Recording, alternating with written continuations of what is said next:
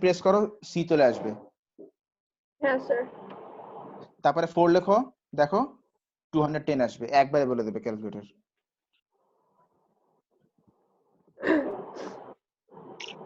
হ্যাঁ স্যার 220। এটাই।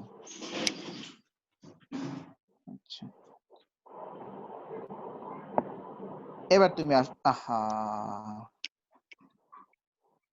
তুমি আসো পারমুটেশন কম্বিনেশনের আমরা ছোট ছোট এক্সাম্পল দেখি।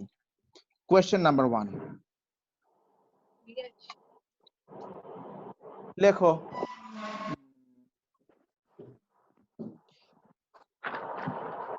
I have 5 flower vase.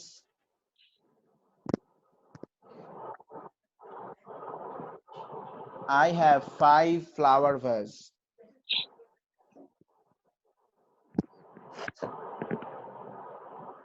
Flower ভাজ আছে কয়টা? 5টা। 5, হ্যাঁ। And 4 flower sticks. 4টা ফ্লাওয়ার স্টিক আছে।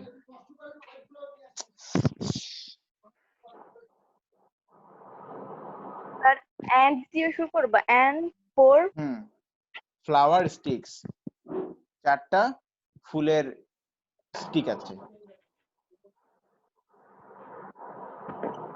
মানে ইটস লাইক ধরো একটা ফ্লাওয়ার ভাজ এরকম,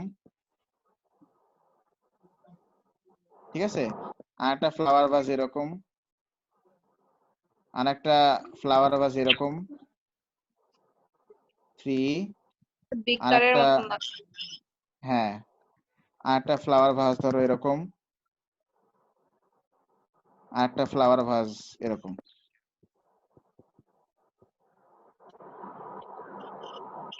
এই তাহলে সবগুলোই তো দেখতে ডিফারেন্ট, তাই না? আচ্ছা, ইয়েস স্যার।